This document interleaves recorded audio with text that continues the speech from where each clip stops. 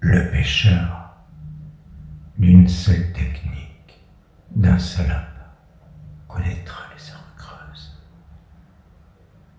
Dans cette vidéo, je vous propose de passer de l'autre côté.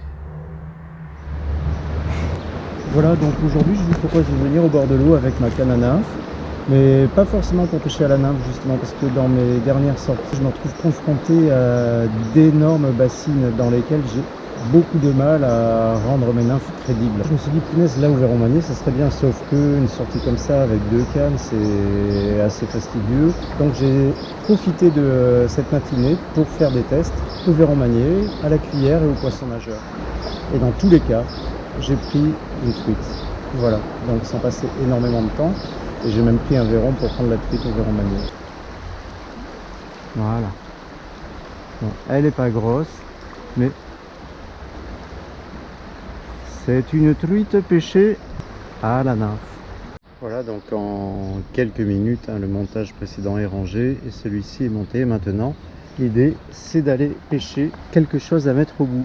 Donc en retournant quelques pierres, je pense que je devrais trouver un porte-bois ou deux.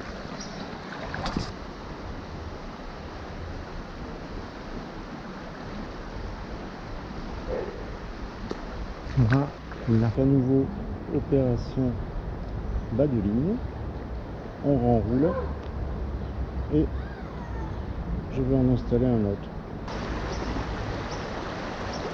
Hop, elle y est. Yes.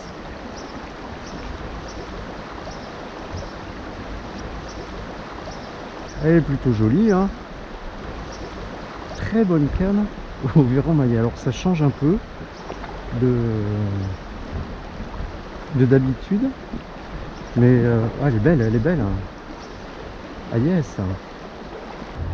C'est une très belle inauguration. Voilà, magnifique. Alors là, punaise. Hein. Superbe. Hop là, truite. Très belle. Voilà. Hop là. Là-bas, elle est partie. Fait office aussi de canne au Véron-Magné, hein, même si la résonance est se caler par rapport au grammage et que ça fait un peu d'andinette. Ça fonctionne très bien pour avoir cette magnifique truite. Maintenant, passage à la cuillère. Hop, elle est... Oh! Hop, elle est... Oh, loupé! Oh, loupé encore! Il y en a une... Oh, oh, putain!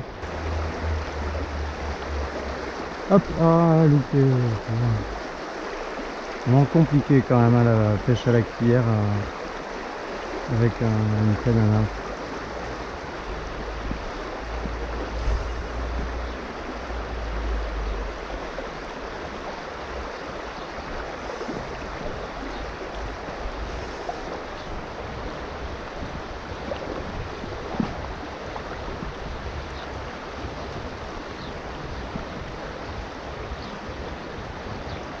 Elle y est.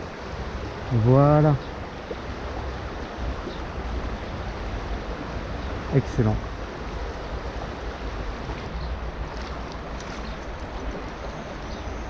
Voilà, là. Allez. Donc changement, hein, ça a l'air un peu compliqué à la cuillère. Donc là, avec un décontact, qu'est-ce que ça donne? C'est un peu comme le Véron. Ah oui.